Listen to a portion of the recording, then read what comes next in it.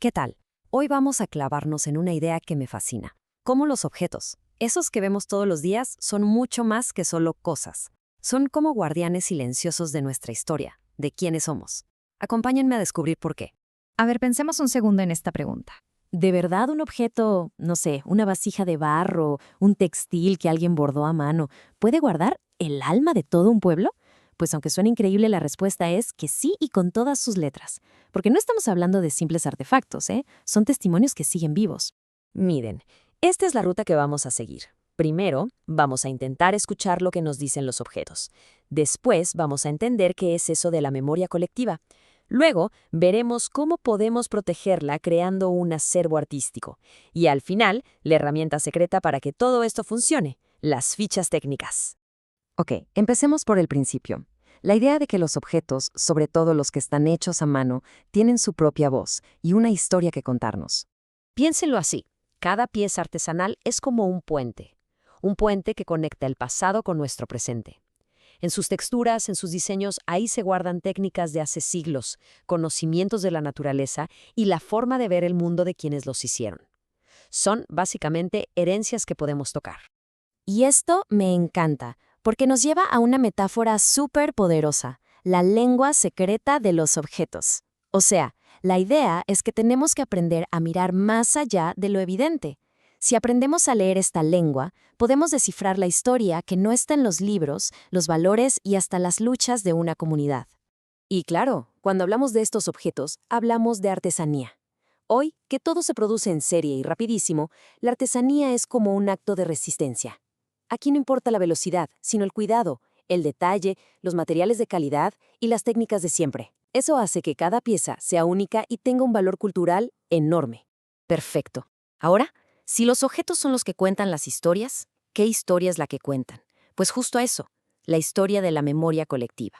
La memoria colectiva, para que nos entendamos, es como el ADN cultural de un grupo. No es lo que recuerda una sola persona, sino esa red compartida de recuerdos, de conocimientos, de tradiciones, que hace que una comunidad sea, pues, esa comunidad y no otra.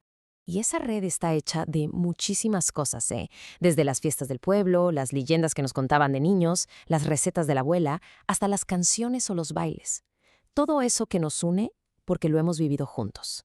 Y aquí viene lo más importante. La memoria colectiva no es nada más para recordar el pasado. Es lo que nos permite decir nosotros en el presente. Es lo que nos da esa sensación de pertenecer a algo, de ser parte de un grupo. Y eso fortalece los lazos que nos mantienen unidos. Por muchísimo tiempo, casi toda esta memoria se ha pasado de boca en boca. La tradición oral es súper poderosa, crea una conexión muy humana, pero al mismo tiempo es muy frágil. Las historias cambian un poquito cada vez que se cuentan, se pueden olvidar detalles, y si una generación no la pasa, ¡pum!, se puede perder para siempre. Ese es el riesgo. Entonces, ¿qué hacemos para que ese hilo tan frágil no se rompa? Bueno, aquí es donde entra una solución muy práctica y muy potente: crear un acervo artístico.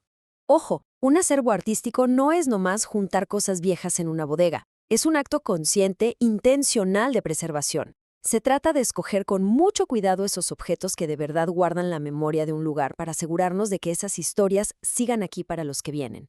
Y bueno, ¿cómo se hace esto? El proceso suena muy formal, pero en realidad es bastante lógico. Primero, obvio, hay que investigar, entender de qué va la cosa. Después, pues a buscar, a encontrar estos objetos que son súper característicos del lugar. Luego, de todos esos, se escogen los que de verdad cuentan la mejor historia. Y al final, el paso clave, el que de verdad hace la diferencia: documentar cada pieza. Y con eso llegamos a la última parte, que quizá es la más importante de todas: las fichas. Estas fichas son como el corazón que hace que el acervo siga latiendo con el tiempo. Es que esta es la diferencia fundamental. Sin documentos, tenemos una colección de cosas interesantes. Y ya. Pero con documentos, lo que tenemos es un archivo histórico, una fuente de conocimiento, un testamento cultural para el futuro. La ficha técnica es lo que le da al objeto una voz que nunca se apaga. Una buena ficha técnica captura toda la esencia del objeto. No solo te dice qué es, sino, más importante, por qué importa. Registra de qué está hecho, cómo se hizo, pero sobre todo, su historia. ¿Quién lo creó? ¿Para qué servía? ¿Qué representa? Aquí es donde el alma del objeto se queda grabada en papel, para siempre. Y el impacto de hacer algo así es tremendo. No solo estás rescatando el pasado, sino que estás fortaleciendo el presente.